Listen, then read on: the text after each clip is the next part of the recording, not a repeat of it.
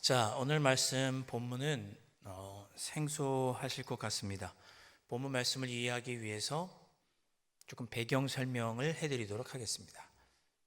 자, 사무엘의 스승이었던 엘리 제사장, 그 엘리 제사장을 사무엘이 섬기고 있을 때 이스라엘과 블레셋 나라 간에 전쟁이 있었습니다. 이스라엘과 블레셋 간에 전쟁이 있었는데 이스라엘이 그만 그 전쟁에서 패하게 됩니다. 성경에 보면 약 4천 명이 전사했다고 기록하고 있습니다. 전쟁에 패했습니다. 이스라엘 백성들이 전쟁에 패하고 난 이후에 왜 우리가 이 전투에서 졌을까, 이 전쟁에서 패했을까를 한번 생각해 봤습니다. 패인을 나름대로 분석한 거죠. 그러다가 그들이 생각하기를 지금 우리 부대 안에, 우리 이스라엘 백성들 진영 안에 하나님의 언약궤가 없어서 그런다라고 생각을 했습니다. 하나님의 언약궤가 지금 저 멀리 실로라고 하는 곳 성막에 하나님의 언약궤가 있었는데 우리 그 언약궤를 우리 부대 진영 안으로 가지고 오자. 그러면 우리가 하나님이 우리와 함께 계시니 승리할 수 있을 거야. 그렇게 분석하고 그렇게 하기로 결정을 합니다. 그래서 그 언약궤를 저 먼 곳에서부터 이스라엘 진영으로 가지고 오게 되죠. 이스라엘 진영으로 가지고 오니까 이스라엘 백성들, 군사들의 사기가 이제 올라가게 됩니다. 그래서 큰 소리를 지르고 와! 그렇게 소리를 질렀겠죠. 성경에 보면 땅이 흔들렸다. 환호성을 지르고 소리를 질러서 땅이 흔들렸다고 기록하고 있습니다. 사기가 아주 충천한 거죠. 자, 그렇게 막 소리를 지르니까 그 소리를 누가 들었느냐? 반대편 진영에 있는, 저 멀리 떨어져 있는 블레셋 사람들도 이스라엘 백성들이 환호하는 소리를 듣게 됩니다. 그리고 이제 알게 되는 거죠. 이스라엘의 신이 저들과 함께 하게 되었구나. 언약궤가 온 것을 이스라엘의 신이 함께 하게 되었구나. 그렇게 이해하고 이스라엘 신이 저들과 함께 하게 되었구나 라고 낙담하듯이 말합니다. 우리에게 화가 미치겠구나. 그렇게 생각을 한 거죠. 자, 그런데 블레셋 사람들 어떻게 보면 대견합니다. 그렇게 낙심하고 그친 것이 아니었습니다. 그리고 뭐라고 말하느냐? 이스라엘 백성들, 저 군사들 안에 그들의 신이 왔으니 우리가 화가 미치게 되었네. 여기서 끝난 게 아니고, 자, 그러니 우리 서로 힘을 내자. 우리 더 담대해지자. 우리 용기를 내자. 으쌰으쌰하자. 마음을 강하게 하자. 담대하자. 우리 대장부가 되자. 이렇게 서로 블레셋 사람들이 격려하게 됩니다. 똘똘 뭉치게 되는 거죠. 그리고 두 번째로 이스라엘 백성들과 블레셋 나라가 군사들이 이제 전투를 하게 됩니다. 누가 이겼을까요? 블레셋 군사가 이기게 됩니다. 아주 크게 이기게 됩니다. 성경에 보니까 3만 명이 전사했다고 기록합니다. 1차 전투에서는 4천 명 죽었는데 두 번째 전투에서는 3만 명이 죽게 됩니다. 단순히 숫자만 보아도 크게 패한 거죠. 많은 군사들이 죽었고 그뿐만 아니라 하나님의 언약궤도 블레셋 사람들이 빼앗아가게 됩니다. 안타깝죠. 자, 그 소식을 누가 듣느냐? 엘리 제사장이 들었습니다. 그리고 충격에 못 이겨서 의자에 앉아 있다가 뒤로 넘어져서 목이 부러져 죽게 됩니다. 자, 여기까지 잠깐 살펴보려고 하는 것은 언약궤를 대하는 이스라엘 백성들의 신앙의 모습을 한번 생각해 보려고 합니다. 여러분, 하나님의 언약궤가 무슨 부적입니까? 부적인가요? 강대상의 일부분 띄어가서 여러분 갖고 계시면 잘 되실까요? 언약궤가 있다고 이기는 것이 아니죠. 하나님이 함께 하실 때 승리하는 것입니다. 언약궤는 하나님이 나와 함께 계시다고 하는 임재의 상징일 뿐이지 단순히 언약궤에 어떤 능력이 있거나 힘이 있어서 전쟁에 승리하는 것이 아니죠. 언약궤 그 자체에 무슨 능력이 있겠습니까? 여러분, 삼손 아시죠? 삼손. 삼손 힘이 세지 않습니까? 삼손이 힘이 센 그의 힘의 근원이 무엇입니까? 성경에 보면 자르지 않은 머리카락에 그의 힘의 근원이 있습니다. 이것도 똑같습니다. 정말 삼손이 머리가 길어서 힘이 있었을까요? 아니죠. 머리가 짧아도 하나님이 함께 계시면 힘이 납니다. 삼손이 왜 머리를 자르지 않았겠어요? 하나님과 약속했기 때문이었죠. 이스라엘 백성들 중에 나의 삶을 하나님께 드리겠습니다 라고 하는 사람들이, 그렇게 하나님께 내 삶을 드리기로 헌신한 사람들을 가리켜서 나실인이라고 불렀습니다. 삼손은 그런 사람이었어요. 내가 하나님께 나의 삶을 바쳤습니다 라는 의미로 머리를 자르지 않은 거죠. 그러니까 단순히 머리를 자르지 않았다, 길렀다, 패션으로 한 것이 아니고 내 삶을 하나님께 바쳤다, 하나님이 늘 나와 함께 계신다라고 하는 신앙 고백의 의미로 머리를 자르지 않고 그렇게 살아갔던 것이죠. 그런데 삼손은 이방 여인에게 정신이 팔려서 그만 그런 하나님과의 약속, 신앙의 정신을 잃어버린 채 이방 여인에게 정신과 팔려서 그의 꾀임에 넘어가 머리를 자르게 되는 거죠. 단순히 머리를 자른 것이 아니라 하나님께 내 삶을 드리겠다고 하는 약속도 잊어버리고 하나님과 함께하는 삶도 포기한 것입니다. 하찮게 여긴 거죠. 그래서 머리를 잘라게 되었던 것이고, 그 어떻게 됩니까? 힘이 빠져서 붙잡혀서 두 눈이 뽑히게 되죠. 여러분, 머리는 자르면 다시 자라나요? 안 자라나요? 자라죠. 자랍니다. 저도 이제 다음 주에는 머리를 잘라야 될 것 같습니다. 머리카락을 잘라야겠죠. 머리를 자르면 안 되고. 머리는 다시 자라죠. 머리카락은. 삼손이 나중에 머리카락이 자라게 됩니다. 그가 힘이 있었을까요? 없었을까요? 없었습니다. 머리카락은 3년 동안 자랐는데 그에게 힘은 없었습니다. 머리카락은 힘이 있고 없고에 아무런 근원이 되는 것이 아닙니다. 그럼 그가 언제 힘을 되찾게 되느냐? 하나님께 기도했을 때 힘을 되찾게 됩니다. 자, 삼손이 하나님께 기도합니다. 제가 정말 좋아하는 말씀인데 사사기 16장 28절에 이렇게 말하죠. 하나님, 저에게 이번 한 번만 강하게 해주십시오. 제가 이번 한 번만 힘있게 해주십시오. 그래서 하나님의 이름을 모욕하고 이스라엘 백성들이 힘들게 하는 저들과 제가 함께 죽을 수 있게 해주십시오라고 하나님께 기도합니다. 성경 표현대로 하면 그때 하나님의 힘이 돌아오죠. 그래서 그가 블레셋 사람들이 섬기는 신전을 무너뜨리고 그 블레셋 사람들과 함께 죽고 하나님의 영광을 드러내게 됩니다. 여러분, 신앙생활은 부적이 아닙니다. 교회 한번 오고 갔으니 이번 한 주간 잘 되겠지, 헌금을 드렸으니까 이번 한 주간 재물에 어떤 손해가 없겠지, 내가 이렇게 봉사하고 섬겼으니까 한 주간 안전할 거야, 한 주간 잘 될 거야. 신앙생활은 부적이 아닙니다. 신앙생활은 하나님과 함께하는 것이고 우리에게 베풀어 주신 구원의 은혜에 감격하여서 하나님의 은혜에 반응하며 하나님께서 기뻐하시는 삶을 살아가는 것이 신앙생활이죠.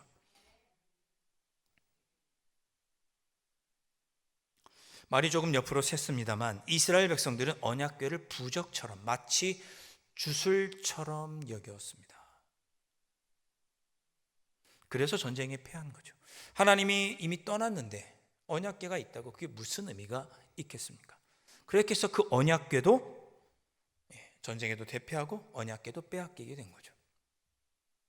자, 그런데 이 언약궤를 빼앗겼지 않습니까? 블레셋 사람들이 기분이 좋았어요. 전쟁에도 크게 승리했고 상대방 나라의 뭐라 그러죠? 그 전리품으로 언약궤까지, 그들의 신이 있다고 생각했던 그 언약궤까지 전리품으로 취했으니까 얼마나 기분이 좋았겠습니까? 그래서 자기들이 섬기는 우상, 다곤이라고 부르는 그 우상의 신전에 언약궤를 갖다 놓게 됩니다. 그 다음날 갔더니 놀라운 일이 발생했습니다. 그 다곤 신전에 있던 그 우상, 신상이 엎드려진 거예요. 쓰러진 거예요. 성경의 표현대로 하면 얼굴을 땅에다 대고 마치 언약궤에 이렇게 절하듯이 신상이 쓰러져 있었습니다. 누가 했겠어요? 하나님께서 하신 거죠. 그뿐만이 아니었습니다. 성경에 보면 그 다곤 신전이 있던, 언약궤가 있던 그 지역, 그 도시에 하나님께서 전염병을 일으키십니다. 독한 종기의 전염병이 그 도시를 휩쓸게 됩니다. 성경에 보면 그 지역이 망하게 됐다 이렇게 표현하고 있습니다. 누가 하셨습니까? 하나님께서 하신 거죠. 그 지역 사람들이 못 살겠다, 이제 우리 종기 때문에 다 죽을 것 같다, 못 살겠다, 이 언약궤 다른 지역으로 좀 가져가라. 그래서 가져갑니다. 그 지역은 어떻게 됐을까요? 똑같은 일이 발생합니다. 독한 종기, 전염병이 그 도시를 휩쓸게 됩니다. 성경에 보면 하나님께서 심히 큰 환난을 성읍에 더하셨다고 기록하고 있고, 그 성읍 사람들이 얼마나 고통스러웠든지 부르짖음이 하늘에 사무쳤다고 사무엘상 5장에 기록하고 있습니다. 그랬더니 그 지역 사람들도 또 얘기하는 거예요. 우리 못 살겠다, 다 죽게 생겼다, 이 언약궤 다른 데로 옮겨가라. 다른 지역에서 받았을까요, 안 받았을까요? 안 돼, 우리도 죽으란 말이냐, 절대 못 받아. 그래서 블레셋 사람들 지도자들끼리 모여서 상의합니다. 이 도대체 언약궤 어디다 둘까? 상의 끝에 어떻게 결론을 내리냐? 원래 있던 이스라엘 땅으로 돌려보내자, 그렇게 결정을 내리게 됩니다. 누가 하셨습니까? 하나님께서 하신 거죠. 하나님은 살아 계십니다. 자, 그렇게 그 언약궤를 이스라엘 땅으로 돌려보내기로 결정을 했습니다. 그리고 결정하고 그 언약궤가 이스라엘 땅으로 돌아오는 과정을 설명하고 있는 것이 오늘 우리가 함께 보았던 본문의 내용입니다. 자, 블레셋 사람들은 이 언약궤를 다시 돌려보내면서 무슨 생각을 했느냐? 이런 생각을 했습니다. 우리가 지금 겪은 이 재앙, 이 독한 종기의 재앙이 우연히 일어난 일일까? 아니면 이스라엘의 신 하나님이 우리에게 내리는 재앙일까? 한번 시험해 보자, 마음에 그렇게 생각하게 됩니다. 오늘 읽었던 말씀 중 9절에 이렇게 기록하고 있죠. 보고 있다가 만일 수레가 그 본 지역 길로 돌아가서 베스메스로 가면 이 큰 재앙은 그러니까 하나님께서 우리에게 내린 것이요, 그렇지 아니하면 우리를 친 것이 그의 손이 아니요 우연히 당한 것인 줄 알리라 하니라. 정신 못 차렸죠. 우연이 어디 있습니까? 다 하나님의 뜻과 섭리 안에 있는 거죠. 그들은 이 일이 정말 우연히 일어난 일인지, 정말 하나님께서 하신 일인지를 시험해 보기 위해서 몇 가지 조건을 걸게 됩니다. 7절 말씀 이렇게 기록하고 있죠. 그러므로 새 수레를 하나 만들고 멍에를 메어보지 아니한 젖나는 소 2마리를 끌어다가 소의 수레를 메우고 그 송아지들은 떼어 집으로 돌려보내고. 자, 이 소를 베세메스로 보내자. 그 소가 똑바로 가면 정말 이것은 하나님께서 우리에게 내린 재앙이 맞아. 그런데 정말 하나님께서 이 재앙을 내리신 것인지 알기 위해서 3가지 장치를 한 거죠. 첫째, 멍에를 메어보지 않은 젖나는 암소 2마리를 선택하고, 둘째, 새끼 송아지는 떼어서 집으로 돌려보냅니다. 셋째, 수레를 이끌 사람이 없이, 사람이 이끄는 것이 아니고, 그러면은 소가 사람 따라갈 수 있으니까 사람 없이 소들만 그냥 보내기로 결정을 합니다. 자, 왜 하필이면 암소였을까? 말도 있고 뭐 낙타도 있고 그럴 텐데 왜 하필 암소를 선택해서 그렇게 했을까? 학자들은 생각하기를 이 암소를 고른 특별한 이유가 있다고 생각을 하게 되었습니다. 방금 읽었던 7절 말씀에 이런 표현이 있습니다. 멍에를 메어보지 아니한, 이런 표현이 있습니다. 멍에를 메어보지 아니한 암소. 그러니까 멍에를 매지 않았다는 건 무슨 뜻입니까? 노동을 해보지 않은 암소다, 그런 뜻입니다. 밭을 갈거나 뭐 짐을 나르거나 하는 노동을 안 해본, 그런 멍에를 메어보지 아니한 암소, 특별히 거룩한 목적을 위해 구별된 암소라는 거죠. 민수기에 보면 암소 중에 특별한 암소들을 구별해서 사용했던 기록이 있습니다. 민수기에 보면 사람들이 시체를 만지거나 피를 만지거나 해서 부정해지면 그렇게 부정한 사람을 깨끗하게 하기 위해서 어떤 물을 만들었는데 그 물에다가 재를 집어넣습니다. 그 재를 집어넣을 때 태우는 재물이 암소입니다. 그러니까 암소, 정결을 위해 특별히 구별된 소라는 뜻인 거죠. 자, 그리고 7절 말씀 보시면 그 송아지들은 떼어서 집으로 돌려보내라, 이렇게 기록하고 있습니다. 송아지, 새끼 송아지들은 떼어서 집으로 돌려보내라. 여러분, 우리가 뭐 소를 키워보신 분도 안 키워보신 분도 계시겠지만 짐작할 수 있죠. 어미소가 새끼를 이렇게 젖먹이는 새끼랑 떨어지는 것이 얼마나 힘들고 어려운 일입니까? 마음이 찢어지는 일이죠. 예. 힘들고 어려운 일이죠. 그 모성 본능이라는 게 있지 않겠습니까? 그러니까 이 소들은 보이지 않는 하나님의 손에 이끌려 본능을 역행하면서 벳세메스로 가야 하는 사명을 맡게 된 것입니다. 그러니까 그 소가 새끼들에게 돌아가고 싶은 그 본능을 억누르고 벳세메스로 정말 가는지 안 가는지를 시험해 본 거죠. 12절 말씀에 이렇게 기록하고 있습니다. 암소가 벳세메스 길로 바로 행하여 대로로 가며 갈 때에 울고 좌우로 치우치지 아니하였고. 그렇죠. 새끼를 떼어놓고 가니 울 수밖에요. 눈물 날 수밖에 없죠. 그러니 이 소가 새끼와 함께 있고 싶은 본능도 이겨내고 그에게 주어진 사명을 감당해서 벳세메스로 가는지 안 가는지를 살펴보려 했던 것입니다.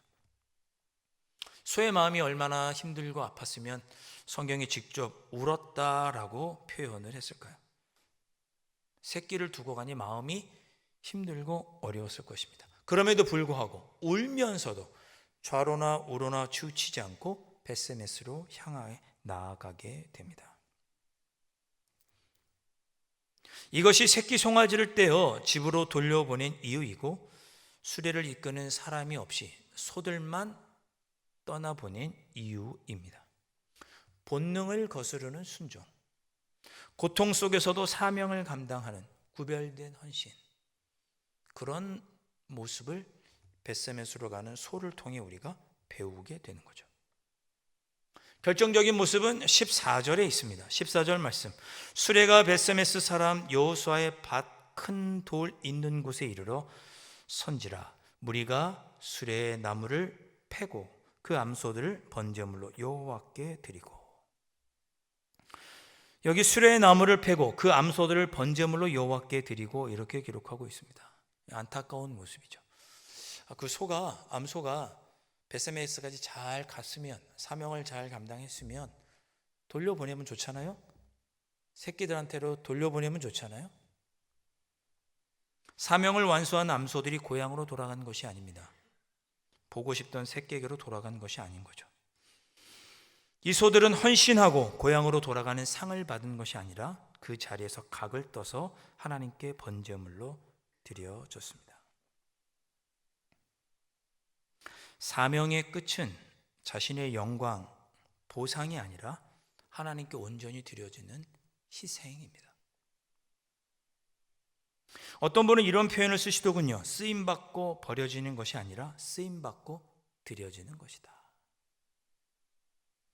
우리 성도님들 중에 보면 신앙생활 열심히 하시다가 교회 봉사하다가 지치시는 분들을 봅니다. 그건 버려진 것이 아니고 드려진 것입니다.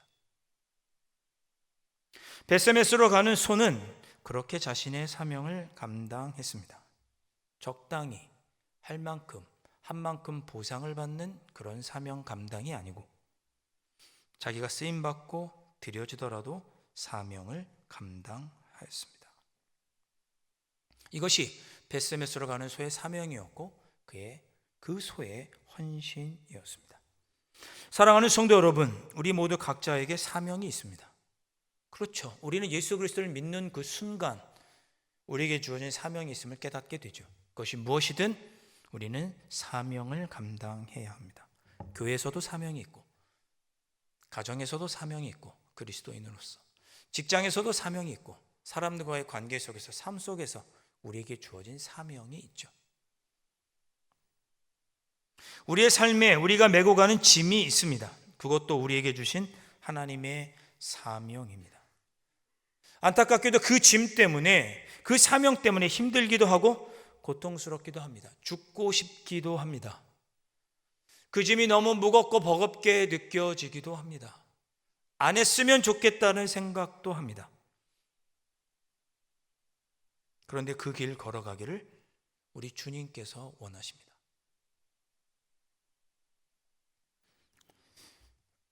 성경을 연구하는 학자들은 이 벳세메스로 올라가는 암소가 바로 예수님의 십자가의 길을 상징한다고 말합니다.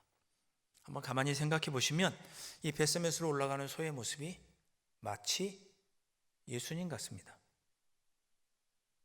암소들은 나무 수레를 메고 울면서,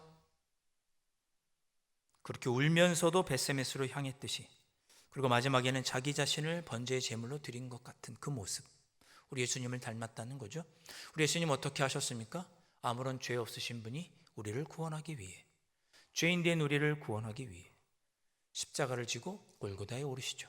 그리고 그 십자가에서 물과 피를 다 쏟으시고 여러분과 저 사이에, 하나님과 저와 여러분 사이에 있었던 막힌 담을 허무시는 화목제물로 십자가에 달려 돌아가 죽으셨습니다. 그 모습이 벳세메스로 올라가는 소와 같다. 그렇다면 주님의 뒤를 걸어야 할 제자된 우리들의 사명이 무엇이겠습니까? 여러분들의 사명이 무엇이겠습니까?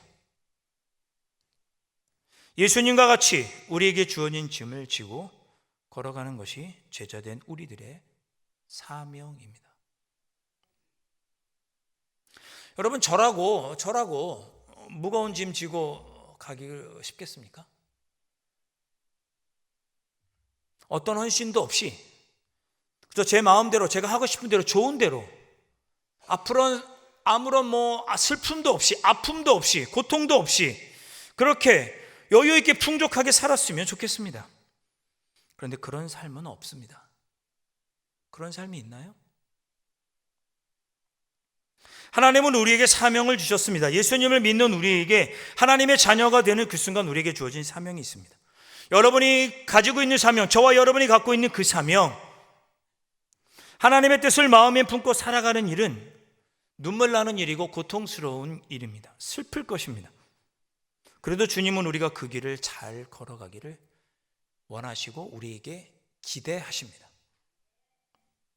울더라도 좌우로 치우치지 않고 걷기를, 끝까지 자신을 드리기를 주님은 우리에게 원하십니다.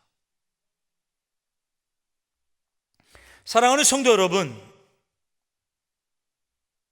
헌신과 순종은 저와 여러분의 숙명입니다. 벗어날 수가 없습니다, 여러분.